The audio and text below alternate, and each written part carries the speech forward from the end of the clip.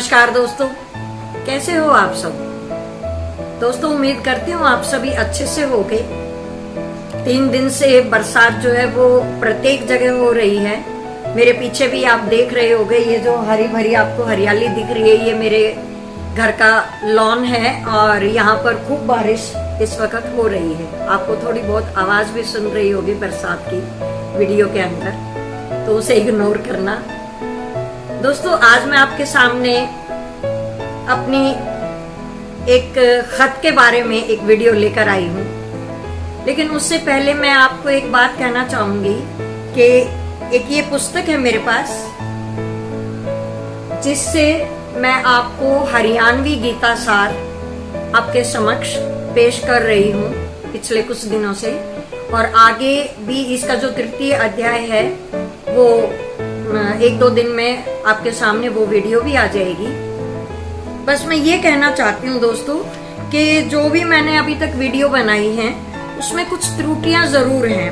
वो शब्दों की वजह से हैं, क्योंकि ये बहुत पुरानी पुस्तक है, मेरे पास बहुत पुरानी पुस्तक है और ये तारादत्त विलक्षण हरियाणवी जी ने इसको हरियाणवी बोली में अनुदित किया है।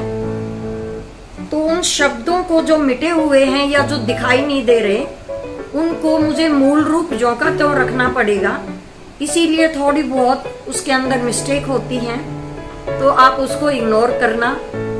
और बस मेरा एक ही मकसद है कि हरियाणवी गीता सार की ये एक ही किताब है और उस बोली को हरियाणवी बोली के रूप में जो गीता सार है मैं आप सबके सामने लेकर आई हूँ, ताकि सभी को पता लगे कि हरियाणवी बोली में भी एक श्रीमद् भगवत गीता सार है। तो दोस्तों अब मैं शुरू करती हूँ अपनी आज की वीडियो जो मैं आप सबके सामने लेकर आई हूँ। पहले 2 लाइनें बोलती हूँ। नकाब ओढ़े इस जहां में अपना बेगाना हो गया, ख्वाबों भरी इस जिंदगी में घर वीराना हो गया। बस यूं ही बोल दिया। लिख रही थी इस पे कुछ, तो ये 2 लाइनें ही अभी लिखी थी मैंने। तो दोस्तों आज जो है मैं आपके सामने एक खत के बारे में बात करूंगी। कुछ ढूंढ रही थी, एक खत मुझे हाथ लगा। ये खत बहुत पुराना था। जब खोलकर देखा तो ये आधा अधूरा था, और जब मैंने उस खत को देखा कि ये आधा अधूरा है तो पुरानी यादों में चले जाना स्वाभाविक भी था। बीती यादों में मैं उस खत के माध्यम से पहुंच गई। हम सखियां आपस में खत लिखती थी। मुझे खत लिखना बेहद पसंद था, लेकिन ये वाला जो खत था ये मैं कभी पूरा नहीं कर पाई, इसीलिए ये खत आधा अधूरा रह गया था और ये आज भी अधूरा ही है। इस खत को लिखने में मैंने शुरुआत जरूर की। प्रियतम लिखूं, साजन लिखूं, प्रियवर लिखूं या कुछ और लिखूं, फिर भी मैंने इस खत को शुरू किया मेरे प्रियवर, लेकिन लिखकर छोड़ दिया। नहीं लिख पाई आगे कुछ भी कि मैं क्या लिखूं। नहीं लिख पाई आगे कुछ भी कि मैं क्या लिखूं, क्योंकि अभी सिर्फ मंगनी ही तो हुई है। क्या लिखूं मैं आगे? हमने कभी एक दूसरे को देखा नहीं। क्या सोचेंगे वो मेरे बारे में? माता पिता की बातों का महत्व था मेरे लिए। जो हमें संस्कार मिले थे उन संस्कारों का महत्व था मेरे लिए।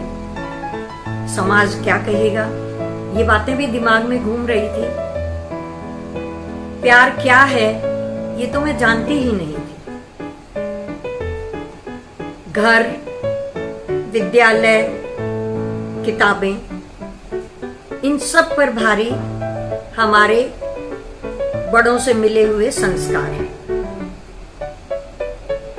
परिवार की इज्जत, सब कुछ मन में चल रहा था। लिखने तो बैठ गई मैं खत को, लेकिन मेरे मन में ये सारी बातें भी चल रही थी। उम्र ही क्या थी, स्कूल से कॉलेज ही तो गई थी।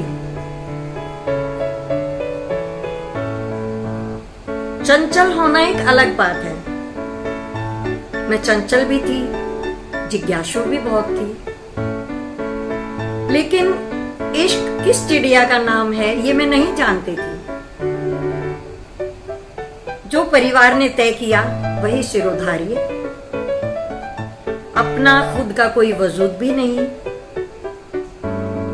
इतनी समझ ही कहां थी, सब माता पिता का कर्तव्य और कुछ नहीं। यही सोचकर मैंने लिफाफा बंद कर दिया। पानी ग्रहण संस्कार संपन्न हुआ। अपने कुछ सामान के साथ अधूरा खत भी अपने सामान में मैंने रख लिया और चल पड़ी अपने पति के संग नई दुनिया बसाने। लेकिन अधूरा खत अपने सामान के बीच में रखकर उसे मैं भूल गई। भरा पूरा परिवार, जिम्मेवारियां, संस्कारों में सिमट गई मेरी दुनिया। कभी कभार देख लेती मैं उस अधूरे खत को कि इसमें आगे क्या लिखूं, लेकिन एक कसक मन में रह जाती। कभी तो पूरा होगा मेरा ये अधूरा खत, ये सोच के उसे वापस रख देती। धीरे धीरे परिवार के आसपास सिमट कर रह गई मेरी दुनिया।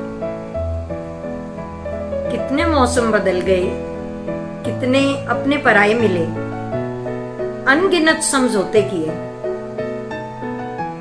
जीवन क्या है ये अब थोड़ा थोड़ा जानने लगी थी, लेकिन वो अधूरा खत बस कनखियों से उसको देख लेती और वापस उठाकर रख देती। वो अब भी अधूरा था। सोचती जो खत में लिखना चाहती हूं वह अपनी जुबान से क्यों ना कह दूं, अपने होठों से ही क्यों ना कह दूं।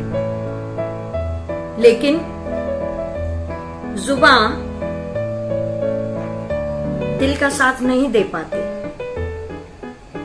वजह वही पुराने संस्कारों में लिपटी खामोशी।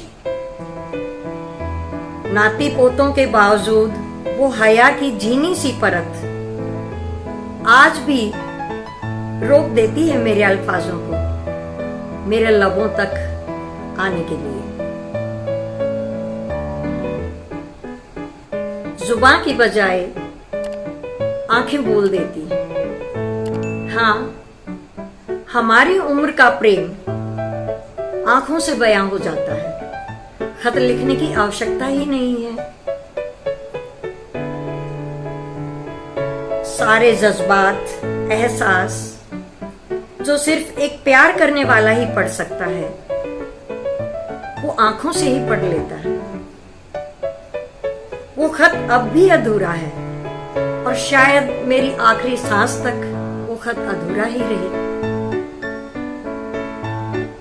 लेकिन आंखें बोलती हैं और आंखों से ही मैं जो कुछ कहने की कोशिश करती हूँ शायद मेरे वो समझ जाते हैं। फिर भी खत को पूरा नहीं कर पाती मैं, क्योंकि वो जो खामोशी है वो अभी भी दिल और दिमाग के बीच में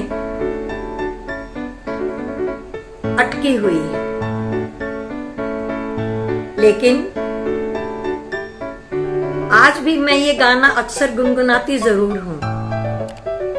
फूल तुम्हें भेजा है खत में। हाँ, गुनगुनाती हूं, लेकिन कभी दिया नहीं। कभी मैंने फूल दिया नहीं, लेकिन गाना, क्योंकि मुझे ये गाना बेहद पसंद है और मैं अक्सर इसे गुनगुनाती हूँ।